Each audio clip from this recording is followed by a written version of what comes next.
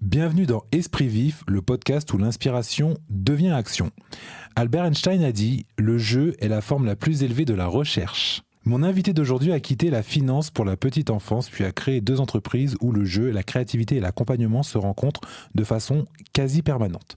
De la parentalité au monde des dirigeants, elle aide chacun à prendre pleinement leur place et leur audace.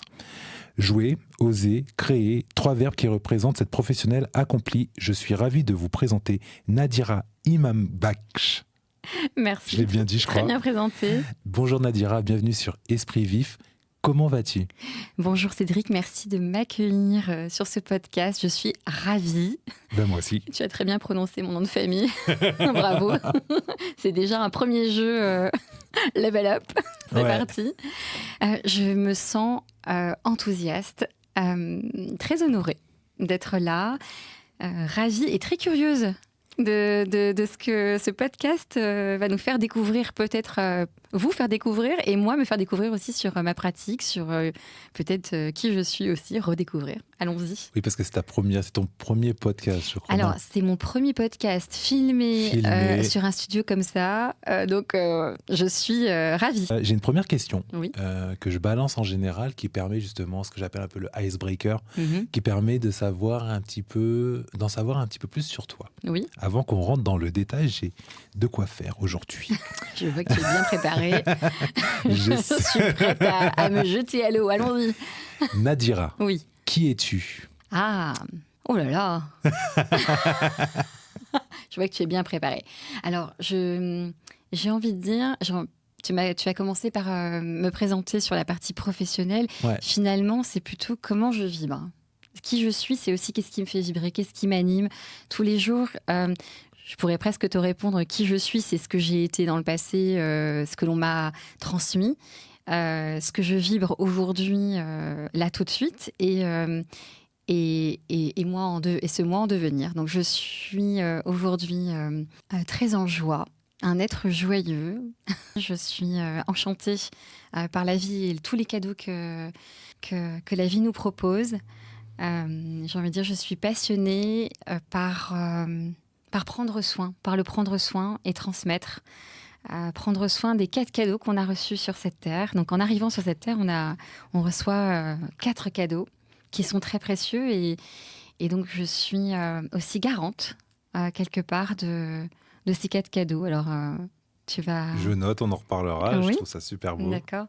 Donc oui, je dirais que je suis aussi cette personne qui est en responsabilité douce. De prendre soin de ces 4 cadeaux. Voilà. C'est super beau, c'est super beau. Je note les 4 cadeaux, tu nous en parleras un petit peu plus. Je n'avais pas prévu la question. Non, c'était pas dans la question, mais je la note et j'aime beaucoup. Je voulais en fait dire tout ton parcours, mais je préfère que tu nous racontes d'où tu viens et à peu près où est-ce que tu en es aujourd'hui. Alors, effectivement, l'entrepreneuriat, on va dire sur le papier, c'est une décision. Et je pense que ça se construit tout au long d'une carrière, d'une vie. Et je pense que c'est l'esprit vif dont tu parles. Je pense que cet esprit-là, il est... je ne sais pas s'il est inné ou s'il est acquis. En tout cas, j'ai eu la chance de grandir dans une famille où je pense avoir été stimulée. On a stimulé ma créativité, je pense, clairement, depuis petite. Et ça, je sais aujourd'hui, de par mon métier, mes études, mes formations, et aussi tout ce qu'on peut découvrir aujourd'hui dans les neurosciences et sur le développement cognitif des enfants et des adultes, je sais que ça a une influence sur le soi en devenir. Donc, j'ai eu la chance d'avoir un papa qui a monté sa boîte et donc qui lui-même était entrepreneur. Il a eu ce parcours-là qui m'a donné envie, je pense, à un moment donné, de prendre mon envol. Après un début de carrière donc dans la finance, effectivement, un début de carrière où j'ai eu quand même la chance de pouvoir pratiquer ce terrain de jeu, de création, de transmission aussi, de ce côté analytique. Et pour moi... ce côté entrepreneur, il est né déjà de là. Je pense que je l'ai reçu. Et ensuite, il y a forcément un moment où tu vas basculer dans la prise de décision, d'y aller à fond et d'incarner complètement ce personnage. En fait, toi, tu viens donc de l'audit ? Oui, j'ai fait l'audit, j'ai fait du contrôle interne. Avant Ouais. ça, j'ai eu la chance de voyager dans beaucoup, beaucoup de cultures différentes. À l'époque où on s'est connus, je venais de monter ma société. C'était il y a 12 ou 13 ans. Ouais.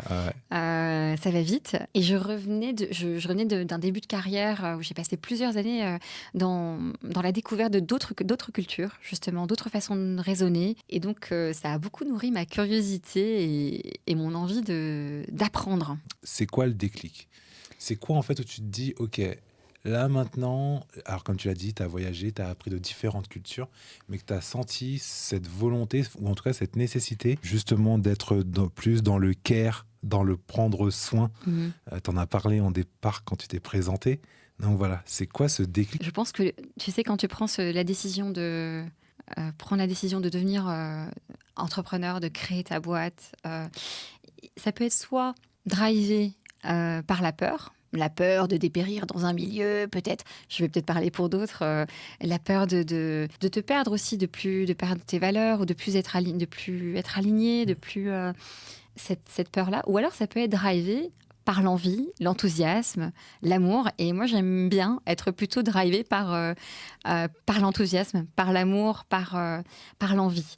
Et en général, quand tu prends les décisions sur cet angle-là, ce sont toujours de belles rencontres, la bonne décision sur le moment en tout cas. Et c'est celle en général avec laquelle tu es la plus alignée. Ce qui m'a fait bouger, me rendre compte que ce que je pratiquais en plus de mon boulot, en dehors de mon boulot, donc la transmission, la création de centres d'éveil, la création de programmes, de curriculum, avec une touche internationale.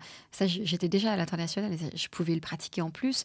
La possibilité de créer quelque chose de nouveau, d'innovant, de contribuer au reste du monde, pour le reste du monde, pour un monde meilleur. Pour moi, ça a été tellement évident que je pense que le déclic, il vient de là. Lorsque l'évidence est claire, lorsque tu es en phase lorsque tes valeurs sont alignées avec ton projet, ça coule de source. Tu y vas. Enfin, dans toutes les rencontres que tu faisais, tu t'es dit, là j'ai envie, j'ai besoin de...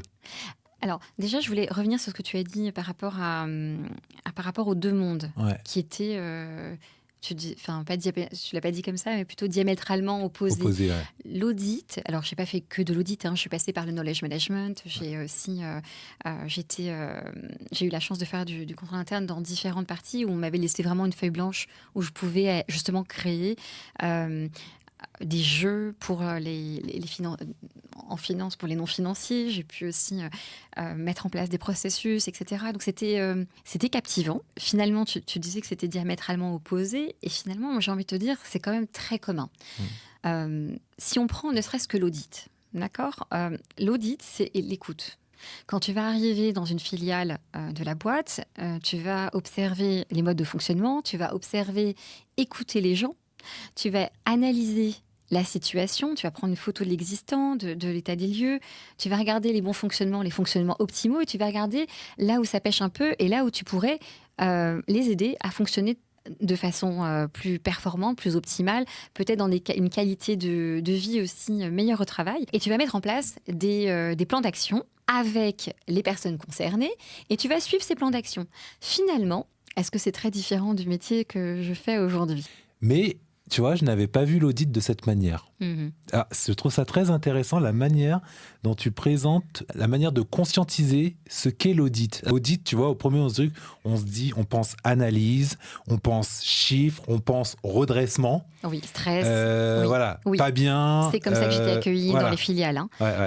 Ça pouvait être comme ça. C'est-à-dire que quand tu viens en tant qu'auditrice, il y a cette pression où tu vas bloquer le temps pendant 3 semaines. Le temps, les ressources humaines, parfois, tu vas aller contrôler des choses, tu vas aller tester des choses, tu vas aller fouiller, investiguer, demander pourquoi, comprendre. Et ça peut générer énormément de stress chez les personnes qui se font auditer. Je me souviens, j'étais dans une filiale, donc je travaillais pour des grands groupes, et j'avais des personnes qui étaient étonnées d'avoir quelqu'un de gentil. La gentillesse, a priori, dans le monde de l'entreprise, serait aux antipodes de la performance. Les gens gentils, tu sais, c'est les gens du monde des bisounours. Donc, a priori, ils ne voient pas ce qui ne va pas ou ils ne peuvent pas, comment dire, être rigoureux. Et pourtant, tu peux tendre vers une éthique, un respect de l'éthique, tout ce on va parler de la compliance, être en ligne aussi avec la culture et les principes de l'entreprise, tout en étant aligné avec cette valeur de gentillesse. Aujourd'hui, j'en suis persuadée. Je pense que quand on a une bonne intelligence émotionnelle, lorsque l'on est gentil, bienveillant, je pense qu'on a clairement un leadership beaucoup plus inspirant. En tout cas, c'est la ligne de conduite que moi, je souhaite adopter. Je ne dis pas que tout le monde, tout le reste du monde qui fonctionne autrement n'est pas bon. En tout cas, j'ai choisi, moi, la voie de la qualité de la relation. Voilà, la qualité de la relation. Et donc, j'avais cette réflexion-là c'est la première fois qu'on se fait auditer par quelqu'un de sympa. Oui, c'est-à-dire que dès l'instant où vous me donnez tout ce dont j'ai besoin, les papiers, etc., je vois pas pourquoi est-ce que je devrais générer un inconfort supplémentaire, sachant que de toute façon, quand je ne trouve pas ce dont j'ai besoin, évidemment, après, derrière, il y a des conséquences, il y a des mesures à prendre. Et pour moi, l'audit, ça ne sert pas à... C'est pas une mesure coercitive pour l'entreprise. C'est quelque chose, c'est un outil d'apprentissage.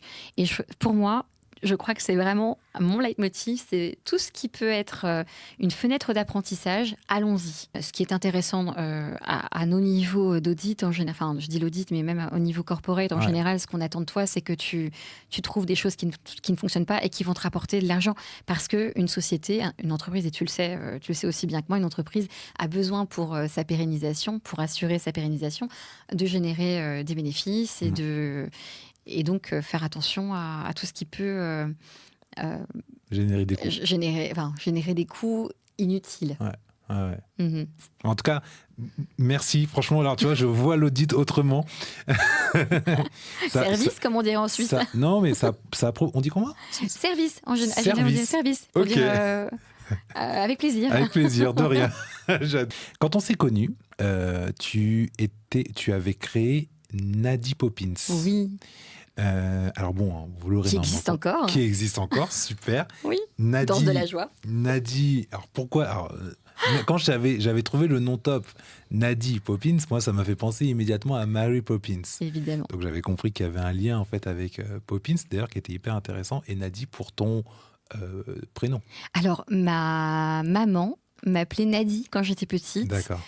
Petit clin d'œil aussi à une monitrice de maternelle qui m'appelait Nadi, qui m'appelle encore Nadi. Je la salue aussi. Voilà, donc c'était le petit clin d'œil pour l'enfance. Et Nadi, c'est aussi un centre d'énergie. Voilà, bon.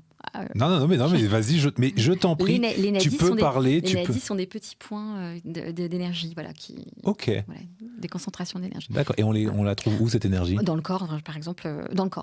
Ok. Voilà. Nadi Poppins, qu'est-ce que ça faisait exactement ? Enfin, qu'est-ce que ça faisait et qu'est-ce que ça fait aujourd'hui ? Parce que je suis allé regarder par contre sur le compte Instagram et me semble-t-il que la direction a légèrement changé. Oui.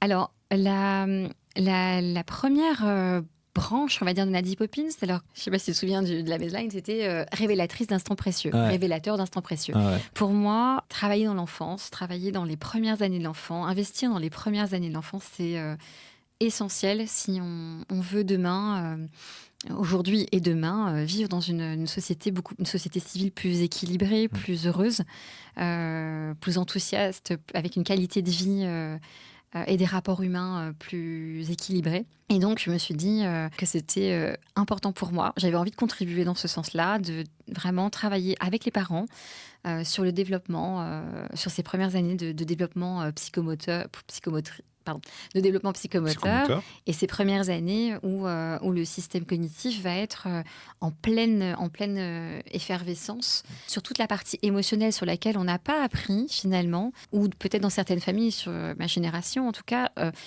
on n'a pas appris ça à l'école. Et donc pour moi, c'était important de pouvoir contribuer avec les parents à insuffler peut-être déjà une première connaissance. Donc les premières années de Nadi Poppins, c'était des ateliers pour les parents et pour les enfants ensemble, pour bien comprendre ce qui se passe sur les premières années.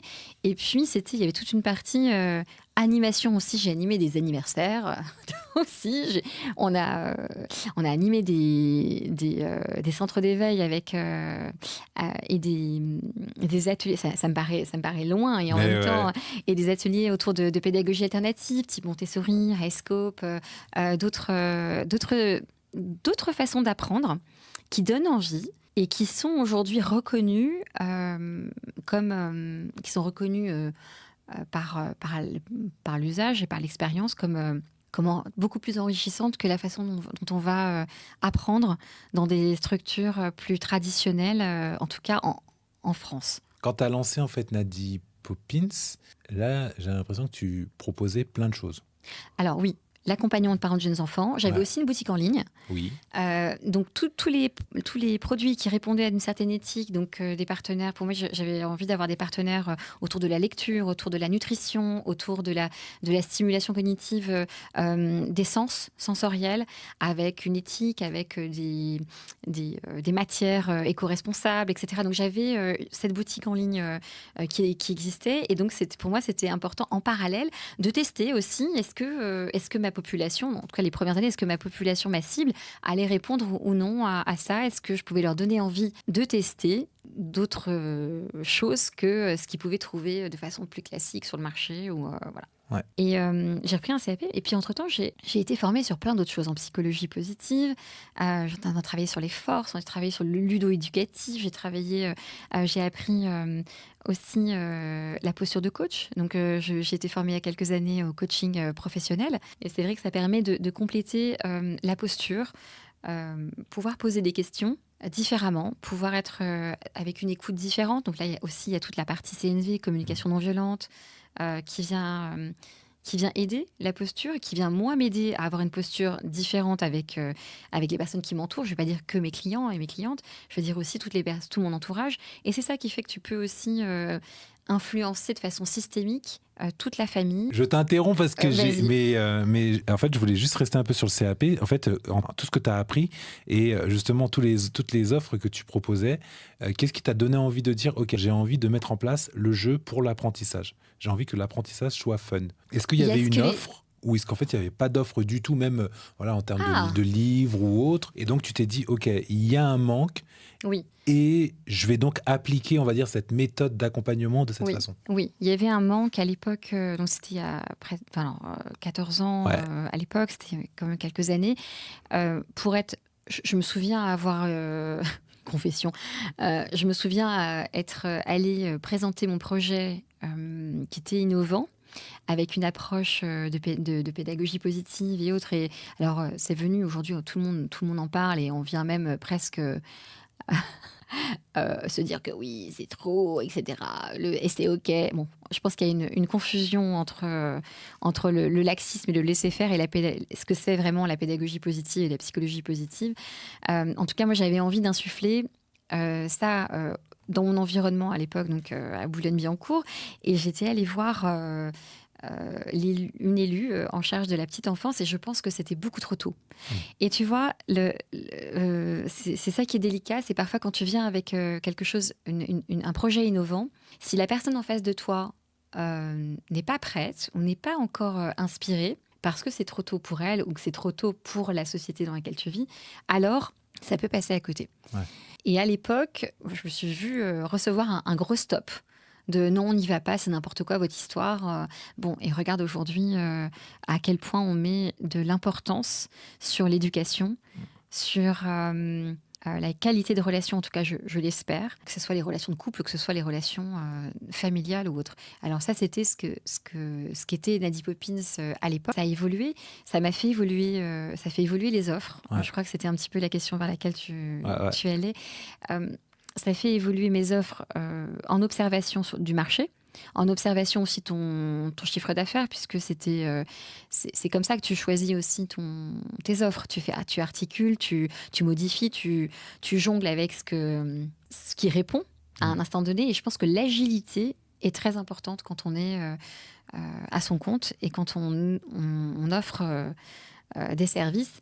C'est pouvoir aller toi sur ta niche à toi, parce que l'important, c'est pas...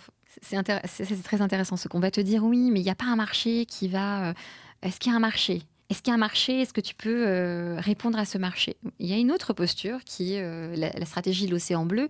C'est toi choisir ta niche, celle qui te fait vraiment vibrer, celle avec laquelle tu es vraiment aligné et dans laquelle peut-être tu vas être la seule à faire ça à ta manière ou le seul à faire ça à ta manière. Et parce que c'est toi, les gens vont venir te voir, te chercher toi pour ce que tu proposes.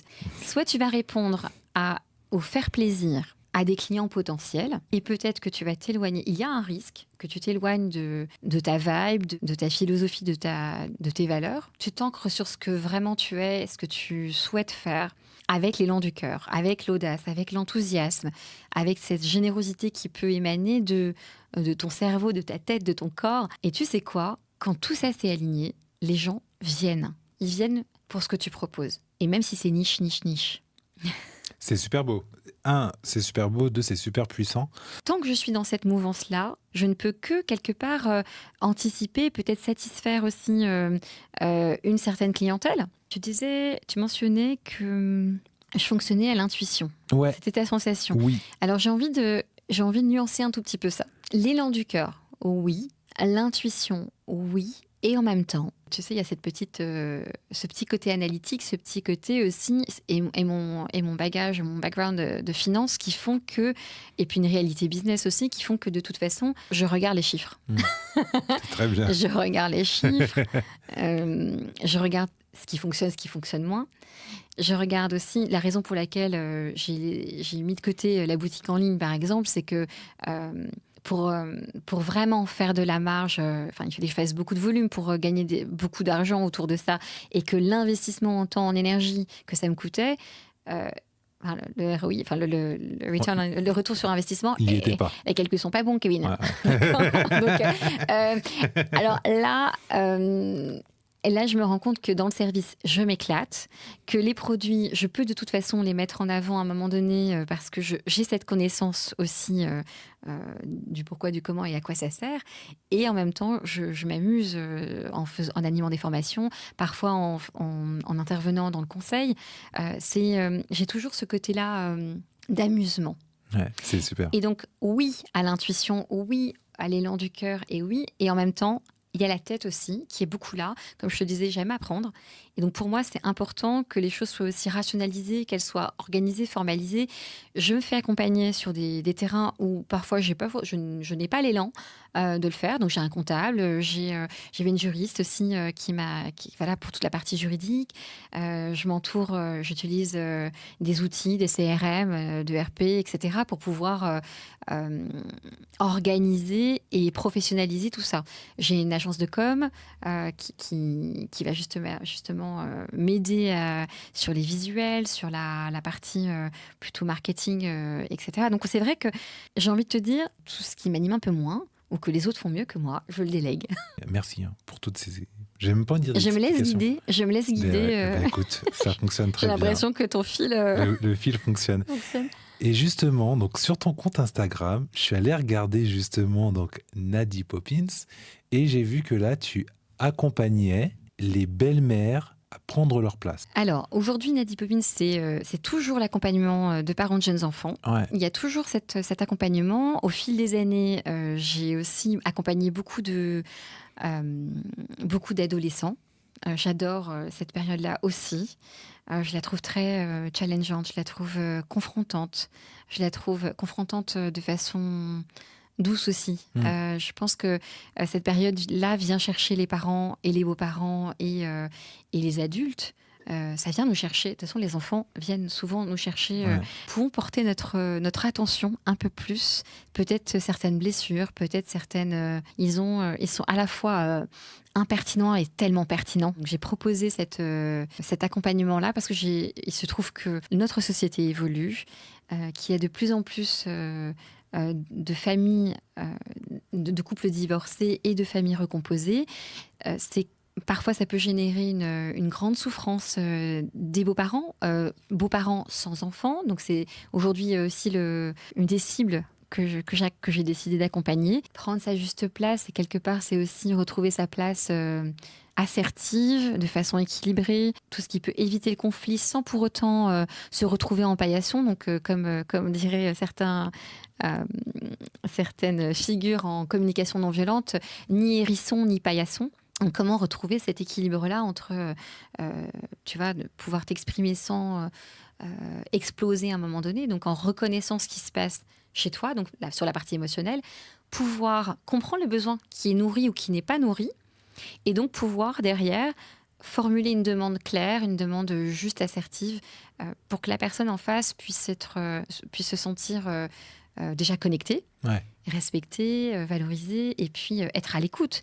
Et puis pour que toi, derrière, tu puisses aussi être content de la conversation que tu as pu avoir. Parce qu'en général, quand on explose, ou quand on ne dit rien alors qu'on avait tellement envie de dire quelque chose, en général, on ne se sent pas forcément bien. Donc voilà. Donc, un des univers que je propose sur Nadi Poppins aujourd'hui, c'est de l'accompagnement, oui, effectivement, de la belle matrescence, c'est-à-dire du devenir belle-mère, du devenir beau-père aussi, puisqu'il y a aussi beaucoup de beaux papas qui s'investissent.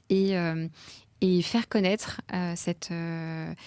ce statut qui est un peu bancal aujourd'hui, et d'un point de vue juridique, qui n'est pas forcément reconnu, puisque quand tu es beau-parent, tu n'as pas de réel statut, tu n'es ni légitime à aimer ces enfants qui ne sont pas les tiens, ni légitime à ne pas les aimer. De toute façon, c'est toi qui as choisi d'être dans cette situation, ni, tu vois, il y a ce truc-là d'être un peu tiraillé entre deux. C'est un entre-deux. Voilà, donc c'est ce que j'ai aujourd'hui aussi choisi d'accompagner en dehors de Spark and Rise Institute, qui là s'adresse aussi à la qualité de la relation à soi et à l'autre dans le monde de l'entreprise. Top. Et alors, donc auprès des dirigeants. Et justement, le rebond est parfait. Spark and Rising. Je l'ai bien dit. Alors, Spark and Rise Institute. Spark que and vous pouvez Rise retrouver Institute. sur les réseaux, que vous pouvez retrouver sur LinkedIn, et vous pouvez me retrouver aussi sur Spark and Rise Institute sur Instagram. C'est très bien. Elle fait sa promo avant la fin du podcast. J'adore. C'est-à-dire que dessus, vous pourrez trouver du contenu, j'espère, qui pourrait insuffler aux dirigeants et aux collaborateurs l'envie de travailler dans un autre monde que moi j'ai pu connaître et qui existe encore beaucoup. Et j'aime à croire que chacun à notre niveau, nous pouvons aussi contribuer à ça. Et alors justement, qu'est-ce qui s'y passe chez Spark and Rise Institute? Exact. Qu'est-ce qui s'y passe? Est-ce que tu as la même approche également, donc le ludique, l'écoute, le cognitif, la participation positive? Est-ce que finalement tout ce côté que tu as développé aussi avec Nadi Poppins, on le retrouve également aussi? Et si oui, comment? Voilà. Oui. Alors j'ai envie de te dire un grand oui. Oui, on le retrouve parce que déjà c'est qui je suis aujourd'hui.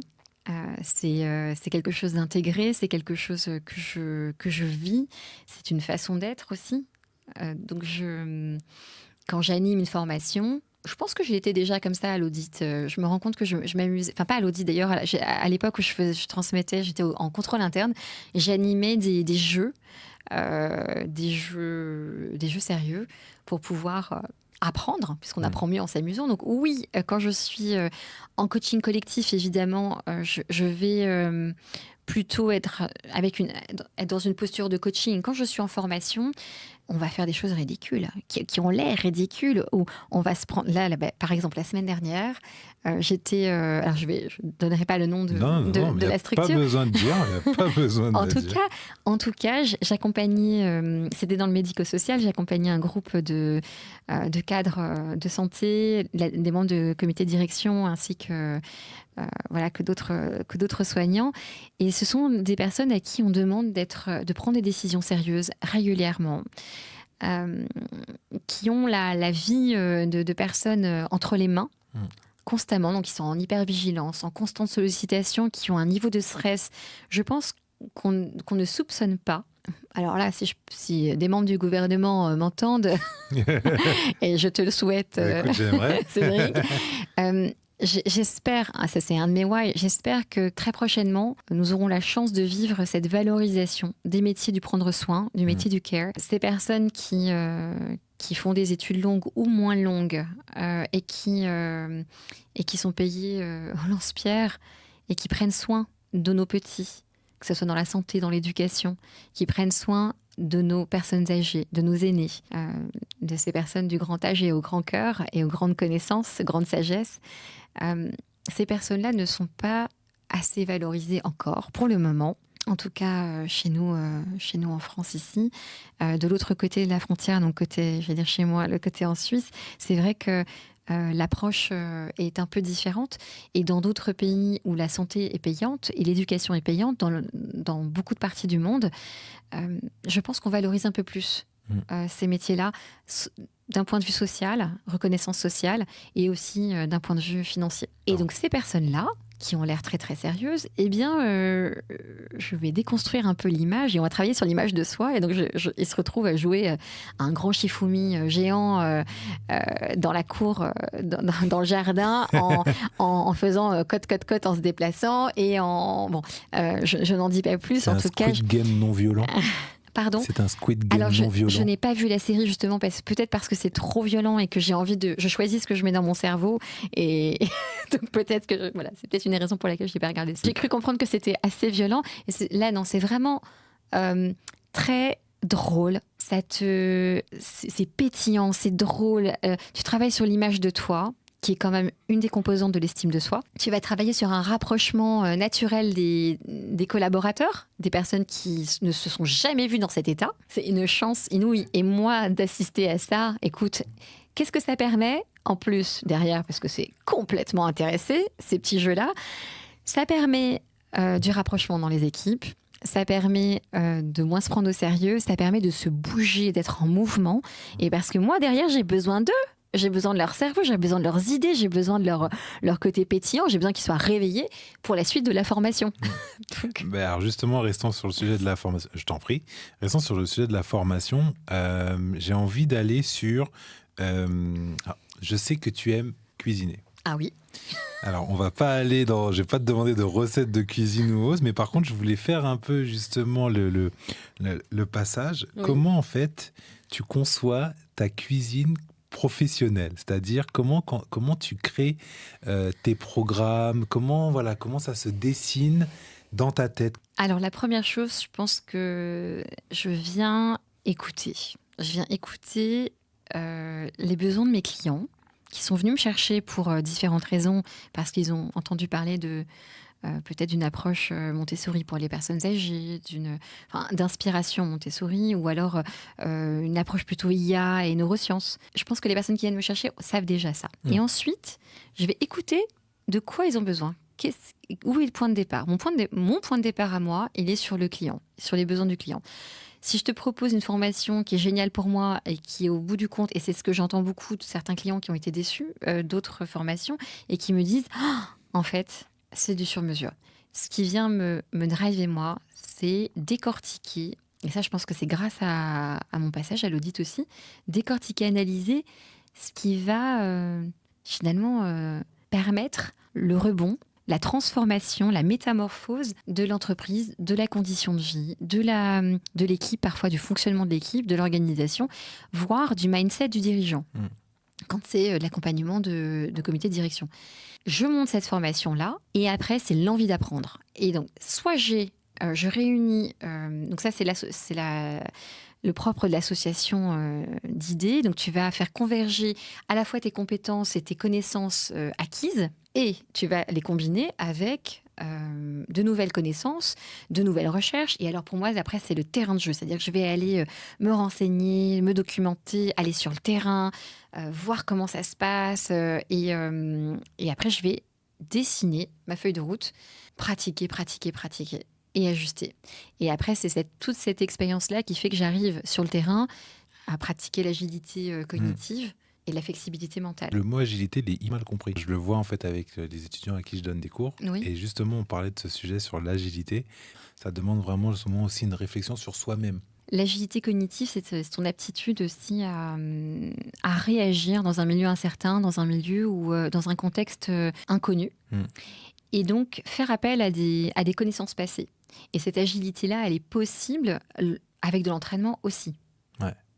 Et pour rester sur le côté cognitif, donc tu parles de neurosciences, d'IA. Oui. Comment tu intègres aussi cette partie neurosciences, IA? Les neurosciences, c'est assez vaste, d'accord ? Dans les neurosciences, sur la partie neurosciences et cognitives, tu vas avoir plusieurs aspects. Tu vas avoir l'aspect des circuits neuronaux.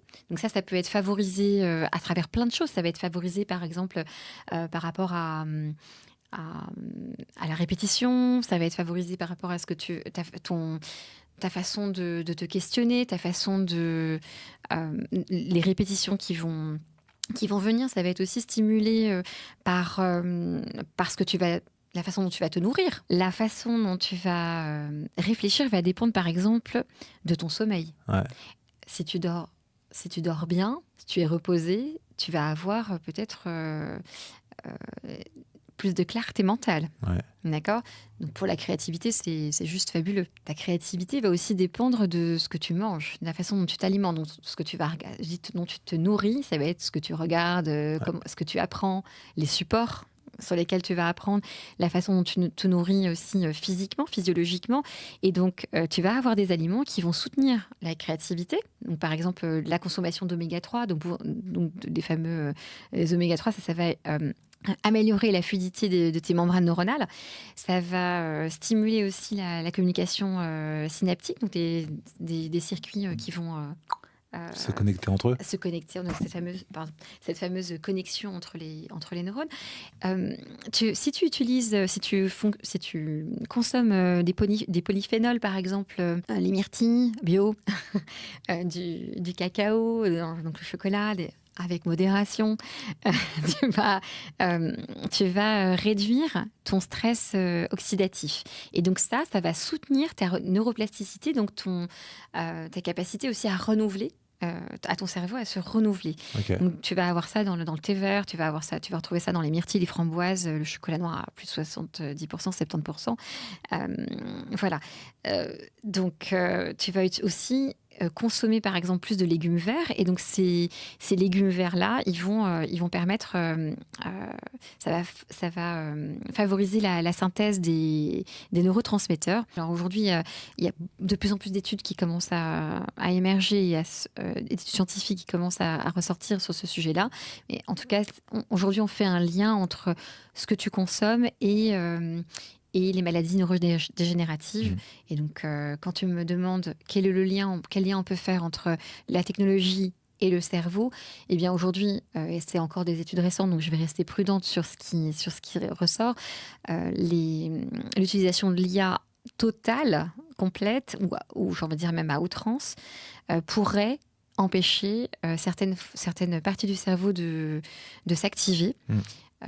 Puisque la recherche mentale, cet exercice, cette gymnastique mentale ne se fait plus, puisqu'on n'est plus passif. Ouais. Alors, ce qui est intéressant, parce que moi, je prône l'utilisation consciente de l'IA et le développement de l'esprit critique, ce qui peut être intéressant, ça va être de savoir poser les bonnes questions, de pratiquer cette agilité, cette j'allais dire émergence mentale. Comment continuer à me poser des questions, parce que finalement, l'IA te répond en fonction aussi de la question que tu vas poser. Ouais. Et donc, si tu poses de bonnes questions, des questions bien articulées, bien réfléchies, avec un esprit critique, avec un super prompt, tu vas obtenir, ça c'est pour l'IA générative, tu vas obtenir de plus en plus d'idées. Moi, ce que je recommande dans l'utilisation, c'est vraiment poser l'IA d'un côté, poser la technologie avant, faire appel à son système, à soi, ouais. Écouter qu'est-ce qui me vient à l'esprit, rédiger par exemple les premières idées, sortir mes idées. Et alors, si en plus tu as joué avant, alors tu peux te garantir, parce qu'il y a des études qui le montrent, que lorsque tu joues, lorsque tu t'amuses, lorsque tu regardes quelque chose de fun et qui t'a fait rire, eh bien, tu es plus productif et tu es plus créatif et plus créative que si tu regardais si tu regardais Squid Game. Donc, moi, j'ai décidé de ne pas regarder Squid Game, par exemple, parce que je sais que ça peut être j'allais dire néfaste, c'est peut-être un peu fort, ça peut être néfaste pour ma façon de réfléchir. Donc la façon dont je vais me nourrir intellectuellement, physiologiquement, va contribuer à ma créativité.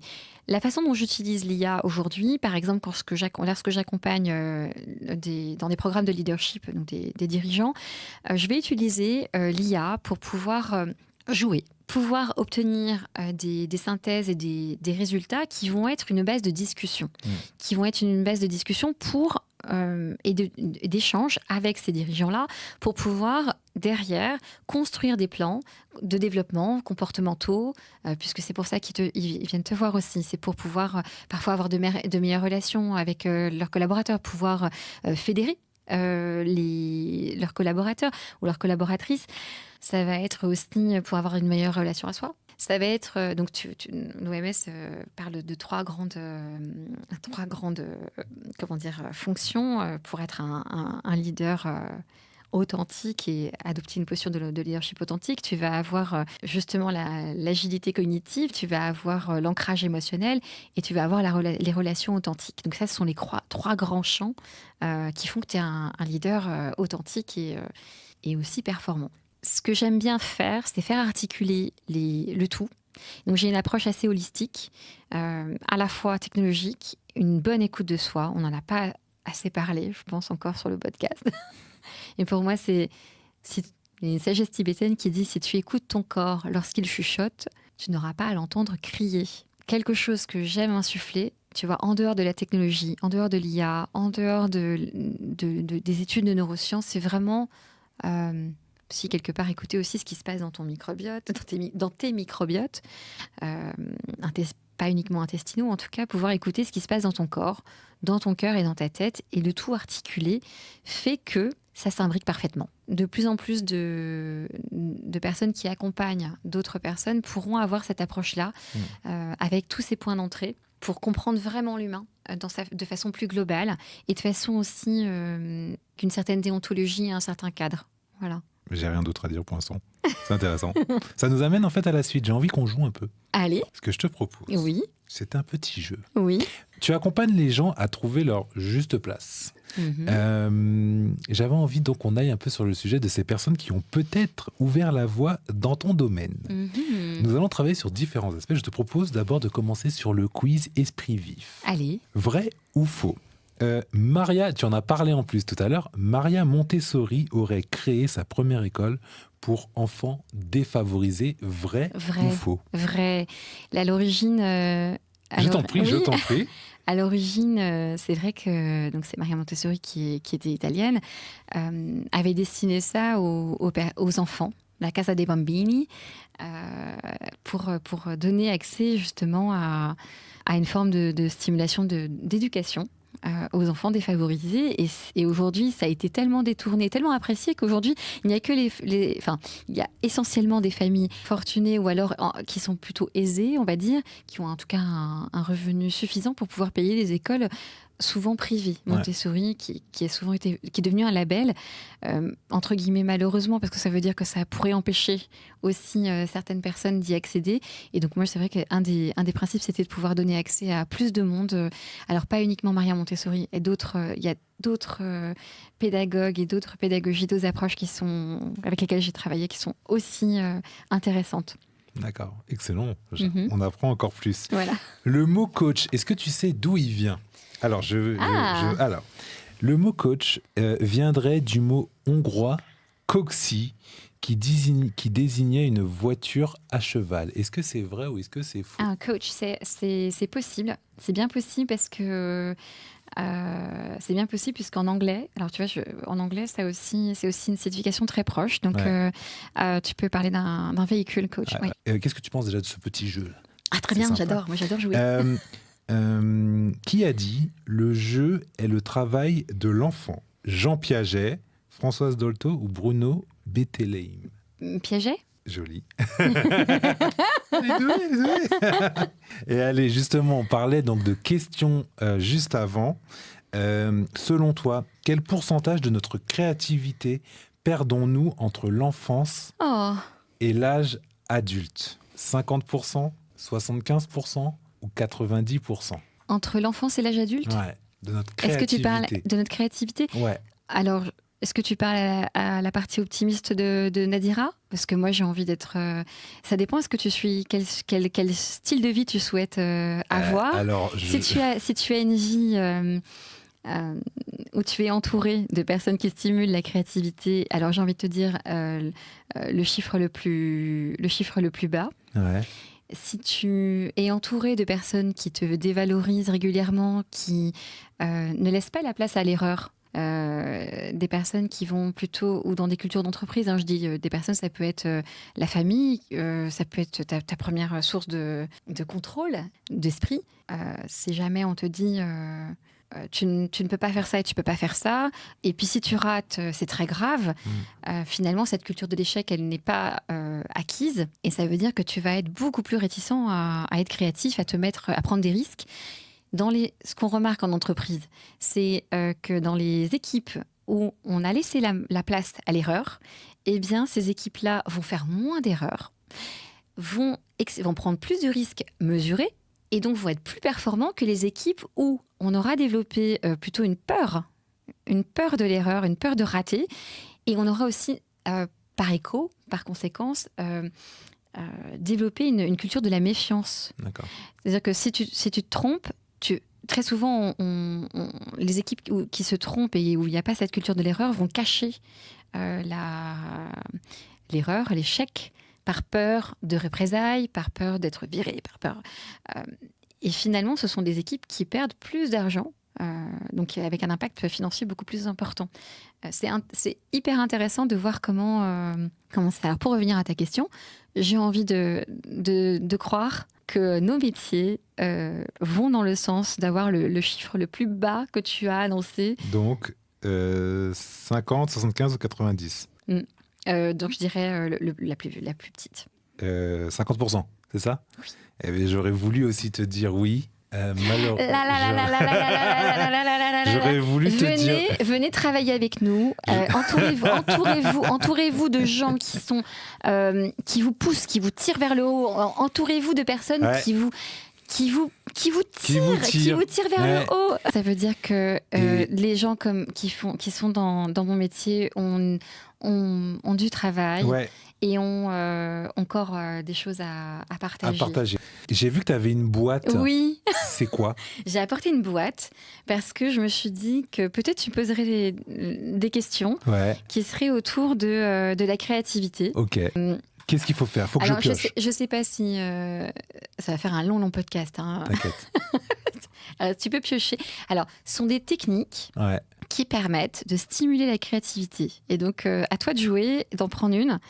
Et j'essaye de te répondre sur ce que tu vas piocher. Excellent, j'adore. Il peut y avoir des objets ou objet ou un papier, comme tu veux. Celui-ci me parle. Après, il y a des objets. Ah, dans le papier, il peut y avoir des objets. Alors, dans la boîte, il y a peut-être un objet ou des papiers. Attends, c'est vénère. Alors, j'ai pris.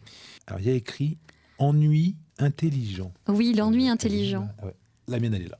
Ennui intelligent. Oui. Donc, ce qui va te stimuler la créativité, ça va être aussi de laisser le cerveau au repos. Donc, il va être en mode association libre. Ouais. Laisser éviter la sursollicitation. Et ces moments de silence, donc que ce soit dans la méditation, la marche dans la nature, ou juste... alors quand je dis, entre guillemets, les moments de repos, de ne rien faire, ça ne veut pas dire Netflixer et donc chiller. Ça, c'est pas rien faire, c'est déjà stimuler ton cerveau. Quand les gens disent je m'arrête ou je regarde, je fais rien, j'ai rien fait, j'ai regardé une série, tu viens déjà solliciter ton cerveau. Même si tu es en état d'hypno, tu emmagasines un certain nombre d'informations. Donc l'ennui, c'est le moment de la créativité. Ouais. Oui. Ah ouais. Et je relis en ce moment un livre qui s'appelle L'art de prendre le temps. Oui. Je crois que c'est Nathalie Ayache, je ne dis pas de bêtises, qui est journaliste. J'espère que je ne me trompe pas le prénom, mais c'est sûr, c'est Ayache en tout cas.